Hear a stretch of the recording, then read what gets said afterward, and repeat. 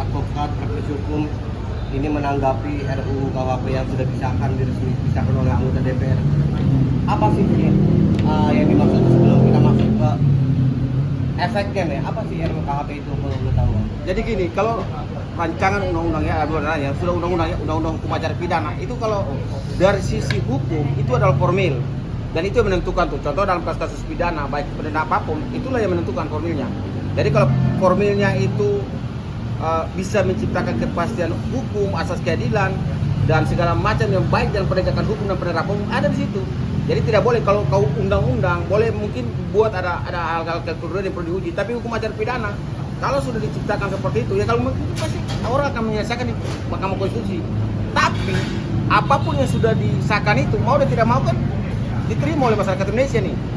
Apakah nanti presiden menarik atau dituangkan dalam lembaran negara kan kita belum tahu, karena apapun itu yang mengusulkan pun juga yang mengesahkan juga pemerintah nantinya, ya toh.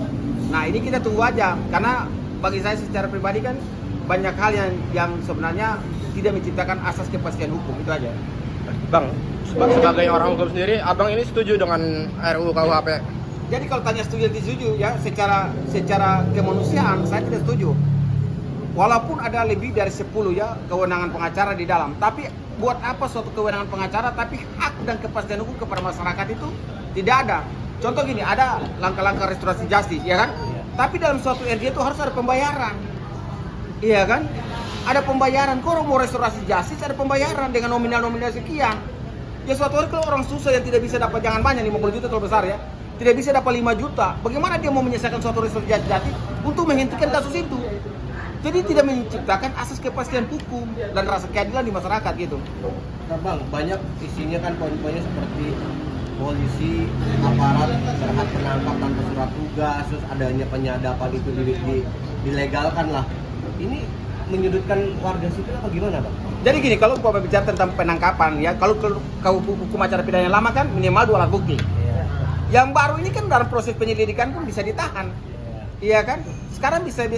Yang dulu yang jelas saja 2 alat bukti aja orang bisa ditahan dengan sembarangan. Iya kan? Korban kriminalisasi sangat banyak. Apalagi dengan kepastian hukum yang saat ini hilang. Sebagai pemikir hukum, sebagai praktisi hukum, saya rasa bahwa ini negara mau memperbaiki hukum atau mau tambah merusak hukum. Iya kan? Dan ini yang menimbulkan banyak kekhawatiran di masyarakat dalam persoalan seperti ini. Nah, itu yang saya sampaikan. Oke, Bang.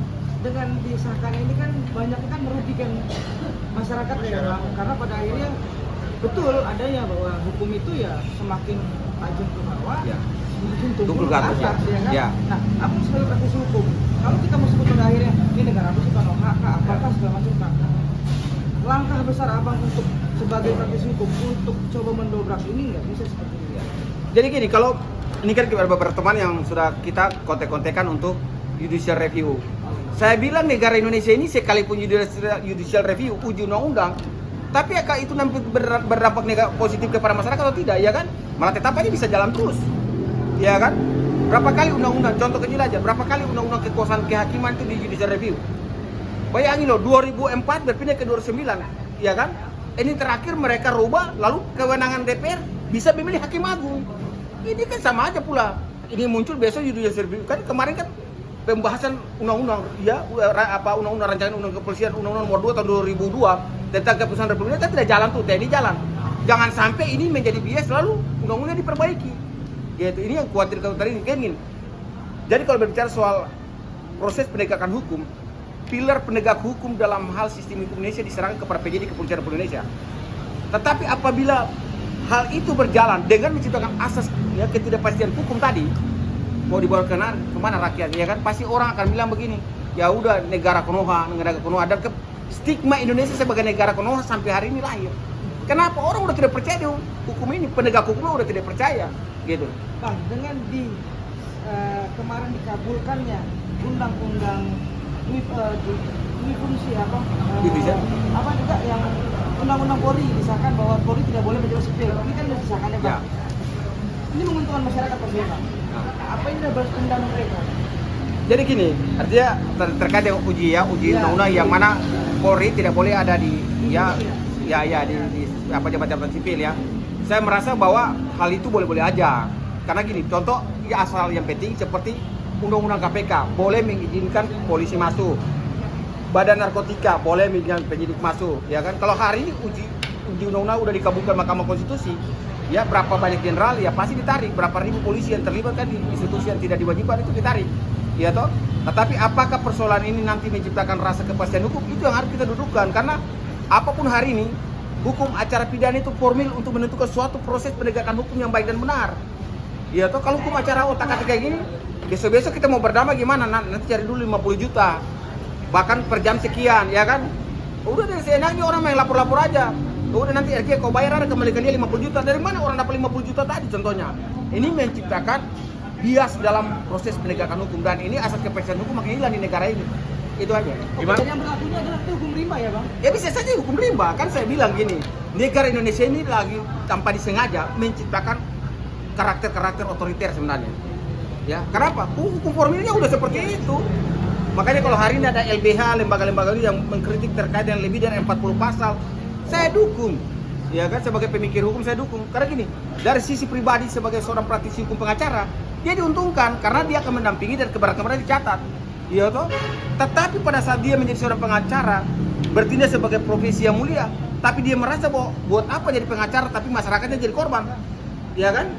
Saya berpikir 3 kali, ini berarti menjadi penegak hukum atau mau mendukung hukum itu untuk memperlancar kita punya profesi. Jangan jadikan hukum sebagai jual beli bisnis, jangan. Ini kan hukum hari ini kan sudah jadikan bisnis ini, ya kan? Tanpa sadar bahwa kita lagi berbisnis dengan pasal demi pasal di negara Indonesia. Gitu. Ini yang terjadi hari ini. Kamu mau bayar berapa nih untuk berdamai? Ya kan? Kalau pengacara ya udah kau bayar saya jasa sekian. Ya, itu mungkin jadi tradisi sudah menjadi kebiasaan karena profesional. Tapi sekarang mau pasal menjadi bisnis. Ya mau RJ 50 juta. Ya kan? Ini pertanyaan balik kepada asas kepastian hukum akan hilang. Itu yang bagi saya kritik aja. Bang, seharusnya Bang, ini kan seperti menegakkan benang bangsa. Ya. Mencari jarum dalam Ya. ini. Iya. Ini PR yang Betul. panjang dan sulit banget. Jadi gini, hukum itu tidak boleh mencari-cari kesalahan. Tapi pasal dan aturan ini cuma membuat hukum untuk mencari kesalahan. Bisa paham toh? Hukum tidak boleh mencari-cari kesalahan. Tapi dengan sendirinya pasal dengan undang-undang kita KUHP yang baru dan hukum acara ini akan menciptakan orang dicari-cari kesalahannya. Dulu aja yang belum aja penerapan masih bagus saja, ya kan? Sudah cari kesalahan orang. Ya kan? Contoh kasusnya kecil nih, si ibu yang baru divonis.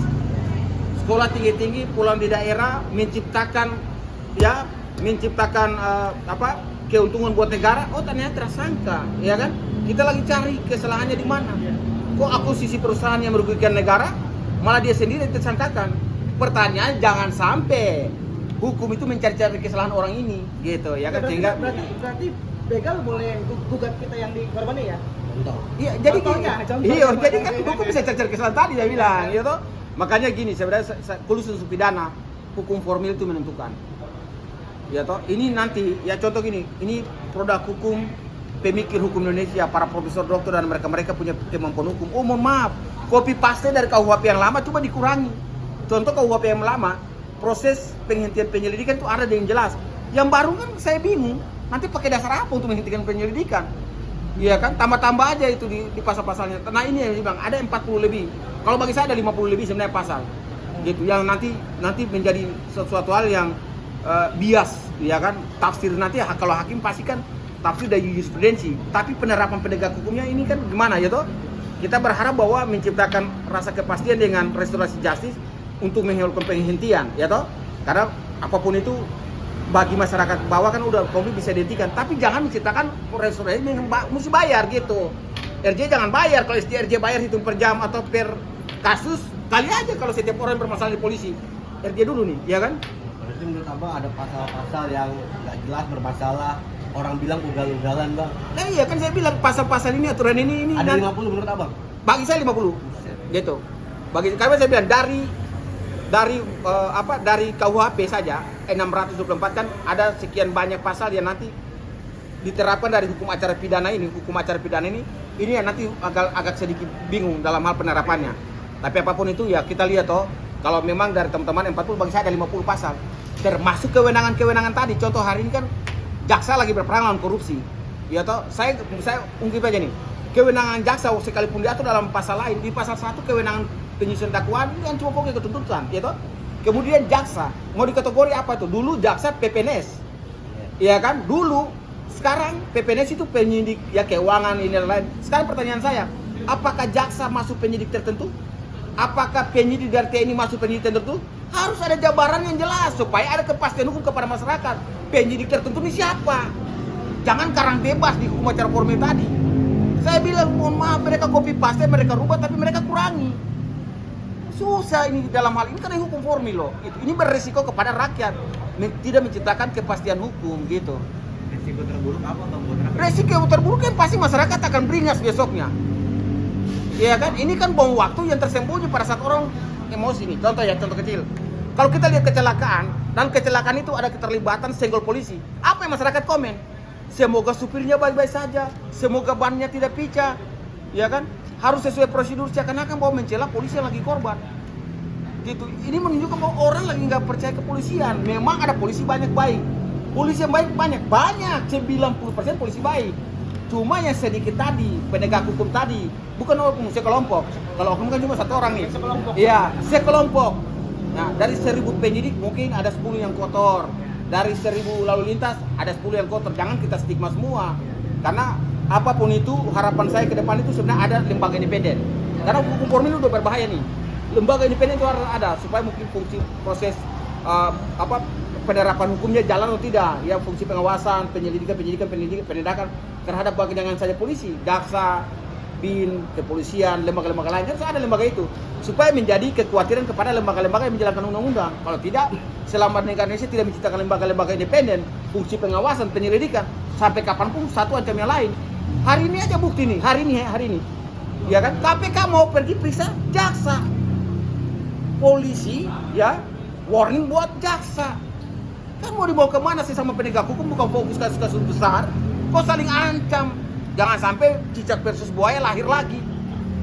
Apalagi dia hukum formil kita udah amburadul kayak gini. Itu aja.